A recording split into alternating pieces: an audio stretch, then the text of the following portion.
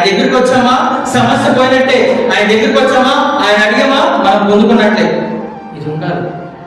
క్రైస్తవుల్లో ఇలాంటి నిరీక్షణ కావాలి. ఈ నిరీక్షణ లేక చాలా కుటుంబాలు చెల్లాచెదరైపోతున్నాయి. చాలా కుటుంబాలు దావీదు కుమారుడా నన్ను కనికరించమని 10 మంది కుష్ఠరోగులు వచ్చినప్పుడు ఒక్కడు మాత్రమే విశ్వాసంతో వచ్చాడంట. మిగతా 9 మంది స్వస్థపరచబడ్డారు కదా, గాలి తిరగడం మొదలు పెట్టారు. మళ్ళీ ఆ ఇష్టమైన మార్గంలో తిరగడం మొదలు పెట్టారు. కానీ మన విశ్వాసంలో కొన్ని పరీక్షల గుండా మనం వెళ్తున్నప్పుడు ఆయన మౌనంగా ఉంటాడు. ఎందుకో తెలుసా? నీ విశ్వాసాన్ని స్థిరపరచాలి, నీ విశ్వాసాన్ని, నీ సహనాన్ని పరీక్షించాలి. నీ సహనం పరీక్షించడమే కాకుండా నీ మేలు ఇంకా స్థిరంగా ఉండాలి.